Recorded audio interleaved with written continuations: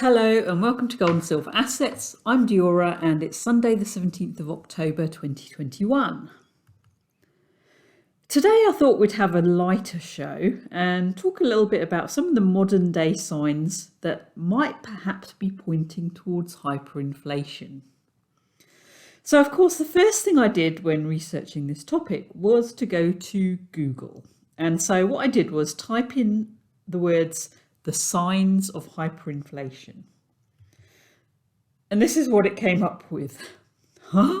Some crap about lungs? That actually came up as the top result. So could denial of currency hyperinflation by the media in fact be a sign that hyperinflation is occurring? Back in the 1920s in Weimar Republic, kids used to use the worthless hyperinflated currency as a craft material to make things like kites, for instance. But I hear you say, surely this kind of thing isn't happening in the modern world. Well, here's Lady Gaga wearing her scarf made out of $100 bills. Novel, yeah, but it doesn't look too comfy to wear. All those edges would chafe, I reckon.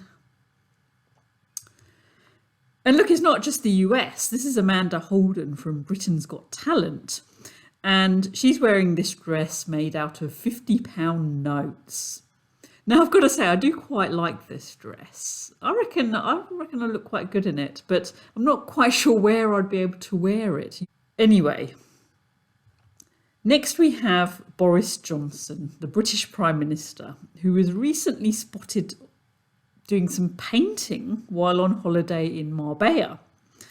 Now there's been all sorts of speculations on Twitter regarding what he's actually painting. Some thought that it might be something like this. Others thought it might be something patriotic like this. I'm actually wondering if it's this.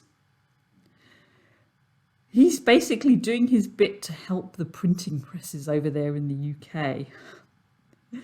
Is that another potential sign of hyperinflation? Now, of course, during hyperinflation, the interest in gold increases, maybe. Let's take a look at that. So this is a chart from Google Trends and it plots the relative search volumes of various search terms. In blue is the search term gold, and you can see that the overall trend is upwards, but particularly it's up since September 2019.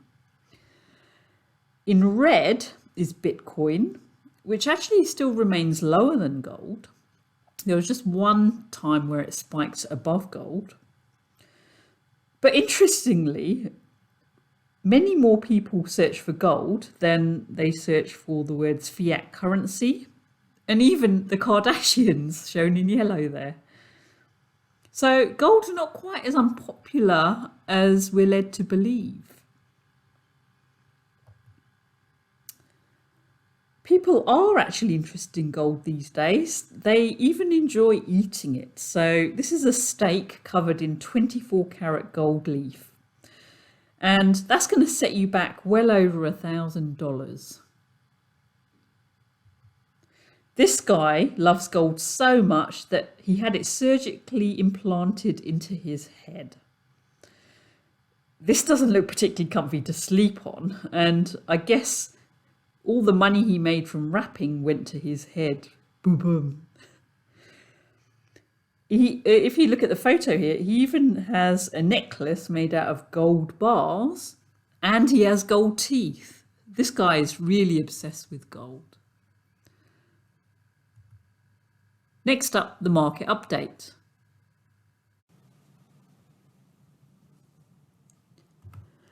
Let's start with gold priced in US dollars on the daily scale, and it's interesting, isn't it? We've kind of taken another round trip since last week here, so the price isn't hugely different to when I spoke to you then, but things have happened. So last week we were talking about this candle here, which seemed to be a bit ominous, but actually it didn't play out So it wasn't as ominous as we thought, and price turned around. It was looking pretty good. This is a lovely candle here, isn't it? And of course, it stalled at the 1800 level. Now, what I've done here, I've joined this high and this high here, and that's where it stalled. So that trend line obviously means something. So if we break that, that's our first hurdle. Okay. Now, obviously, we got rejected quite strongly from that on Friday.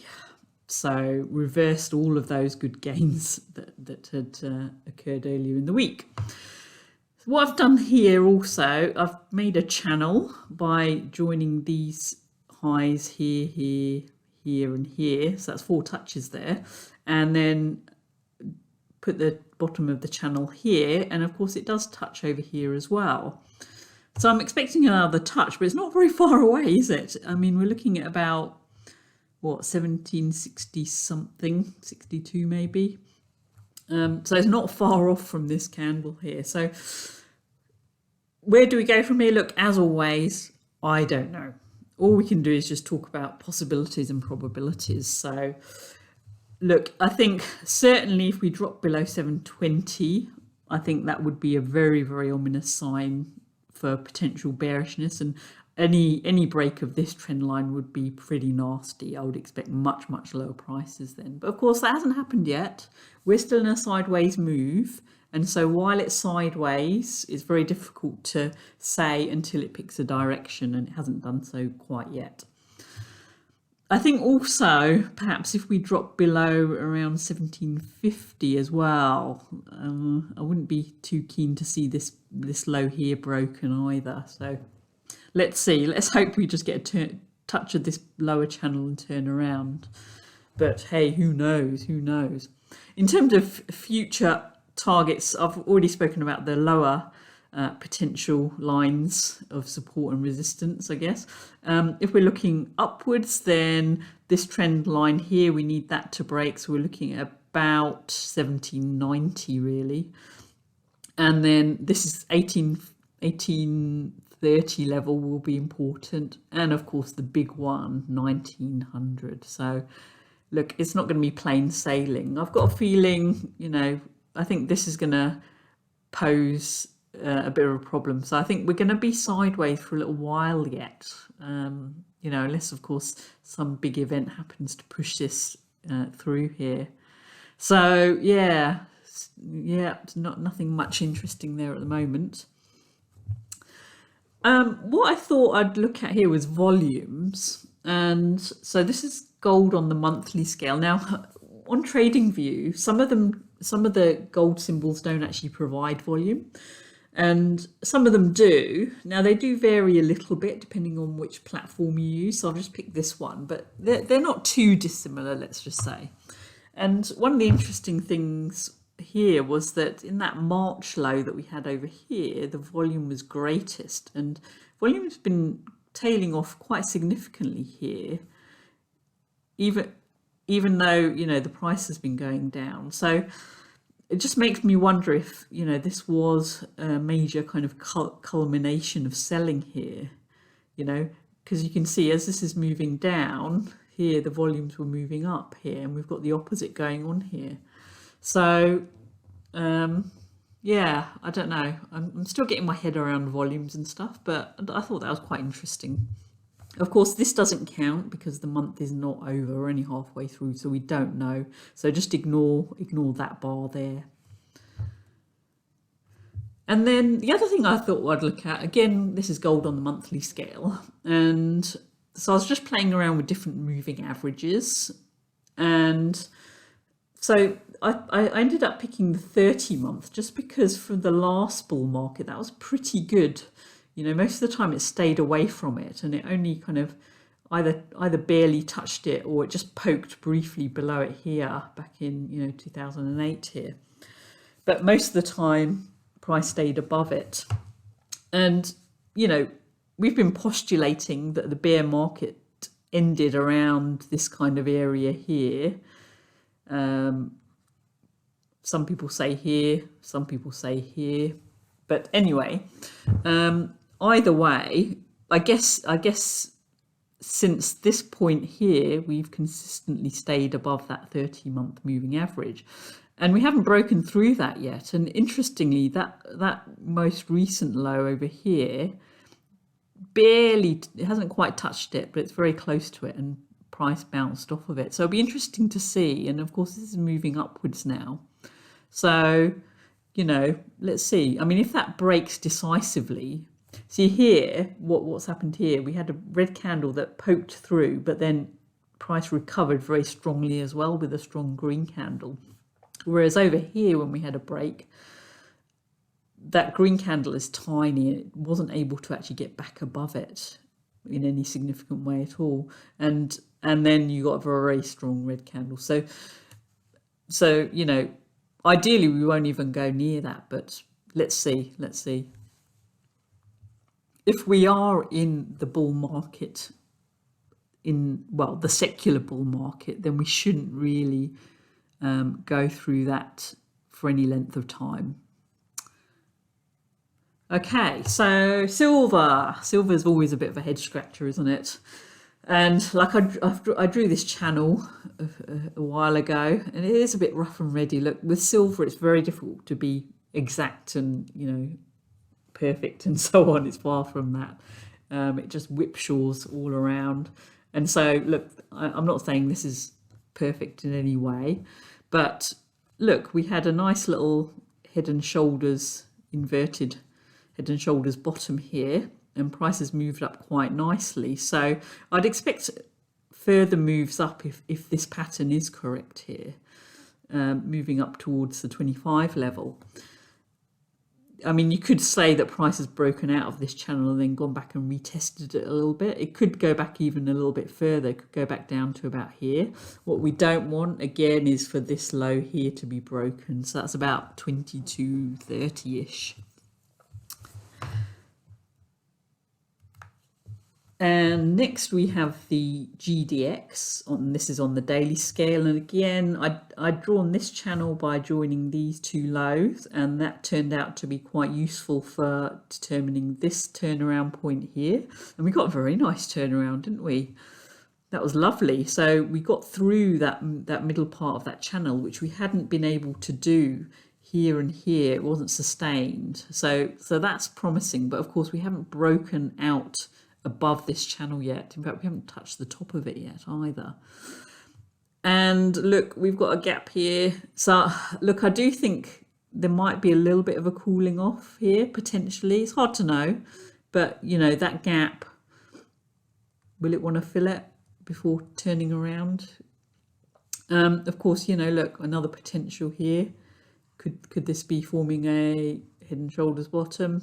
Maybe. Speculative, of course. So really what we want is for this to go above 33 at this point, but I don't know that we'll go straight through there, you know, next week or anything like that.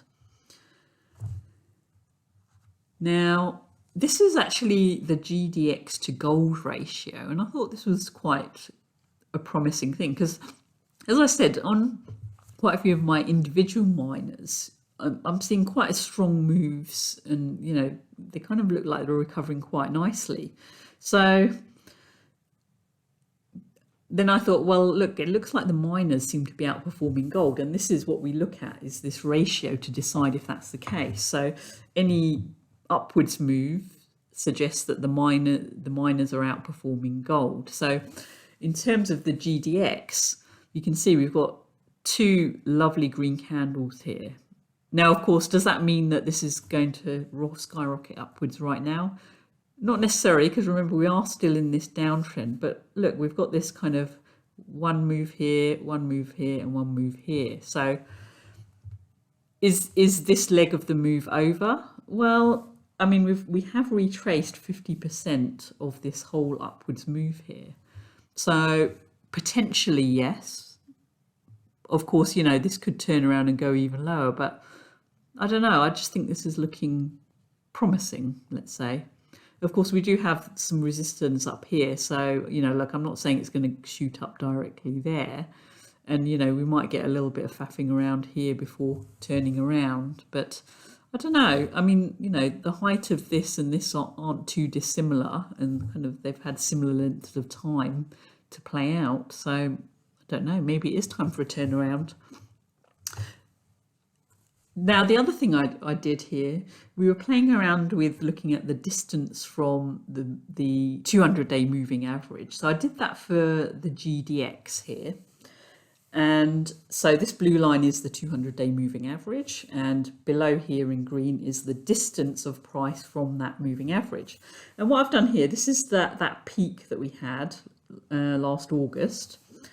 And so obviously price has been in this downtrend, and the distance from the moving average has been in this downtrend. So what I've done is join the kind of peak here, which match this peak here, and also join the peak here, and that kind of matches with this here as well. But if you note here, we've actually broken out of this. Whereas, you know, if I were to join this line here, as we saw in the, you know, previous chart, I guess, you know, this hasn't broken out yet, whereas this has. So is that an early sign of you know, a change in direction? I don't know. I haven't looked at this for long enough to know, but you know, that's why we're looking at these things prospectively and see what works. Now, one of the problems with this, of course, every indicator has its problems, and so, you know, so I'm going to tell you the problem with this. If we were to use it during this leg here, then what would have happened is this would have come down here, and this would have told us when this was going to change. Okay, so that would have worked actually reasonably well there. But then we were kind of, you know, it basically didn't tell us that this wasn't going to continue downwards. You know, it would have been understandable to think this would have kept going up further, and it didn't. So you've kind of there is something to do with timing of when you draw these lines as well. You know, if you draw them too early, then it can be misleading as well. But I don't know, I don't think this is too early. This looks actually pretty good, you know, and we've got multiple touches of it as well. It didn't quite touch it there, but it did touch it there as well. And here it's a clear break of that. Now, of course, this could retest this a little bit before moving upwards here. And that's why I say this might fill this gap before turning around there.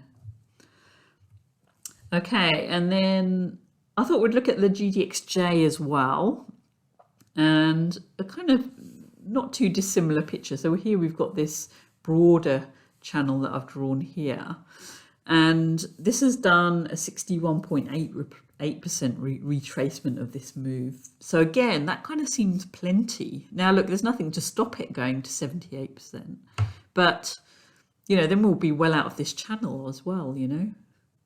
I don't know. And we're already moving up to this midline, so it just makes me think a turnaround is possible. It's not completely crazy to think that. All right. Next, we have the SILJ, and this is on the daily scale. And I did something similar to what we did for the GDX. So again, I've drawn in this 200-day moving average. And again, with the SILJ, we've got this gap here on the way up. And so again, we might go back to just refill that before, you know, changing direction again. But let's see. Anyway, what I've done here, again, distance from the moving average. Now we've got a couple of possible trend lines here, so I'll just kind of talk you through that. So now, I guess, I mean, here, the furthest distance was actually at this point here, and that corresponds to this peak here. But interestingly, that wasn't the highest price for the SILJ. The highest price, well, I mean, that's kind of anomalous there, isn't it? I don't know whether we should include that or not. Probably I'd say discard that. That was that silver squeeze moment there. But this was certainly higher there as well. But you'll notice that the distance from moving average was significantly lower over here. And So I've joined those 2 points there, and I guess that's the line we want for longer term confidence for an upwards move here. I've also joined the lows here, and again you can see even though this was going up here, the lows here were going down. So that's I just thought that was quite interesting. And could that have helped us though? Because I'm just wondering, if we kind of forget all this side here, at the time, let's say if we were around here, we actually would have made this line a little bit lower and joined these peaks. And so that would have given us a false breakout here, because we'd have thought, oh yeah, this is going up here, and the price seemed to be going up, and it just turned around quite dramatically then, So this isn't perfect, okay? Anyway, from this peak here down to here, I thought was interesting, because what I've done here, I've joined this high with this high here and here. And I've also joined the lows, so that's from here and here, and it barely touched it over here, didn't quite get there. And that kind of looks like a little wedge, doesn't it, over here? And again, we've broken out quite substantially here. I think we need to get above that 0 line here, and that would correspond to us being kind of, well, about 1450 to 15 kind of level. I think once we get past there, then I think the potential is pretty good from that point. But let's see. Yeah, as I said, I'm just playing around with these different indicators to see what works at different times. Okay, that's it from me for this week. Now, next week, I'm just going to be doing the market report, but then I've got a show planned for the following week, a full show for that week, all right? Anyway, hope you're all okay. All the best. See you next week. Bye.